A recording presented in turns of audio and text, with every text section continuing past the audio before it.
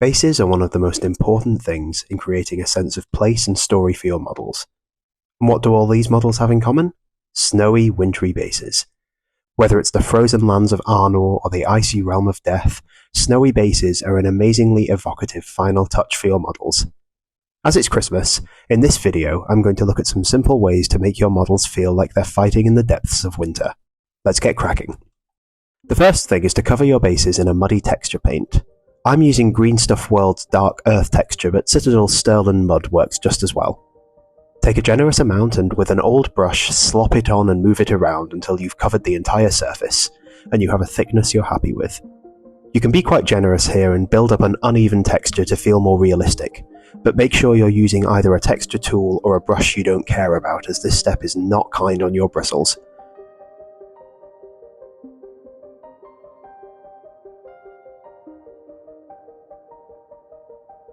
We're then going to give that a good hour to dry. I'm showing two bases here, one which is maybe more appropriate for Middle-earth, and one for Age of Sigmar, with a dead frozen hand thrusting to the surface. I'll be showing how to paint Frostbitten zombie flesh later as an added touch. With that dry, we're going to dry brush the base with Rakarth flesh to build up some colour.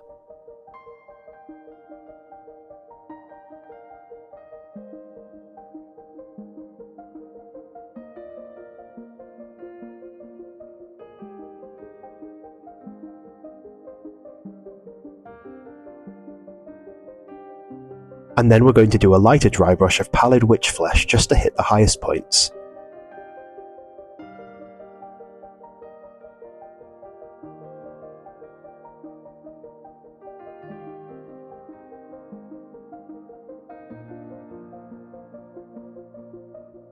We're now going to add some tufts. Ideally you want to choose tufts which are paler, more wind-beaten or heath-like, rather than bright, vibrant summer grass. This will add to the feeling that these are hardy grasses that are just managing to hold on in winter. Most tufts have an adhesive bottom and so will stick by themselves, but to make sure they hold, I like to dab some PVA into the areas I want them. Then, holding them with some tweezers, place them in position and press them down to ensure a good bond.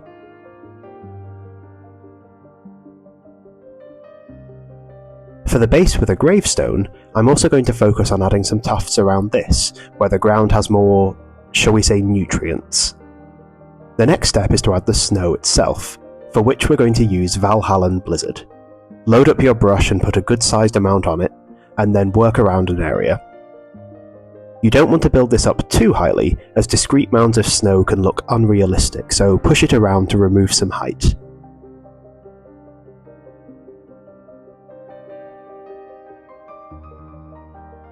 What you can also do is gently run your brush along the top of the tufts to deposit some snow there like it would fall naturally. Then give that a good while to dry fully. I've moved the bases onto a different holder here, a high-tech cork, so I can paint the rims at this point, which I'm going to simply do in Abaddon black.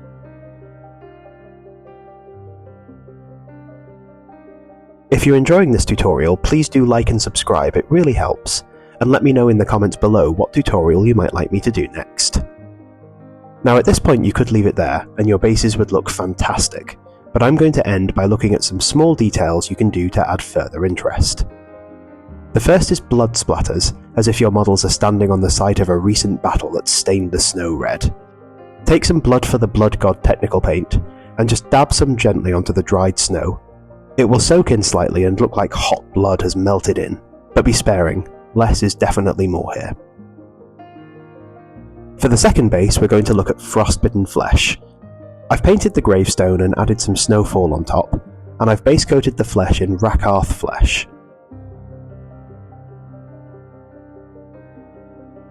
We're going to begin by washing the skin with Athonian camoshade.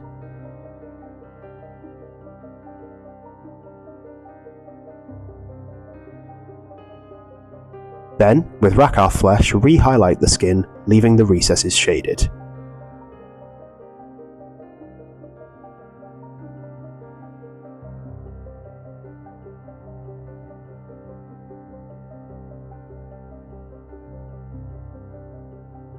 Then with Pallid witch flesh, pick out the highest points, the finger joints, etc.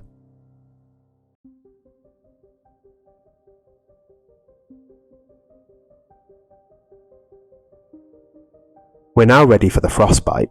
Take a mix of 1 part Volupus pink and 1 part black Templar contrast paints and paint this over the fingers, working upwards towards the tips where congealed blood would pool. When this is dry, do a second coat, working slightly further up the fingers to create a transition. And finally, paint some pure black Templar at the very tips of the fingers.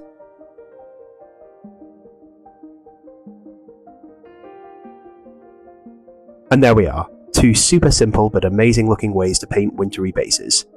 Whether it's Age of Sigmar, Middle-earth, 40k or even historical wargames, snowy bases are a fantastic go-to technique. I really hope you enjoyed this video. In any case, I'll see you all in the new year, and until then, happy painting.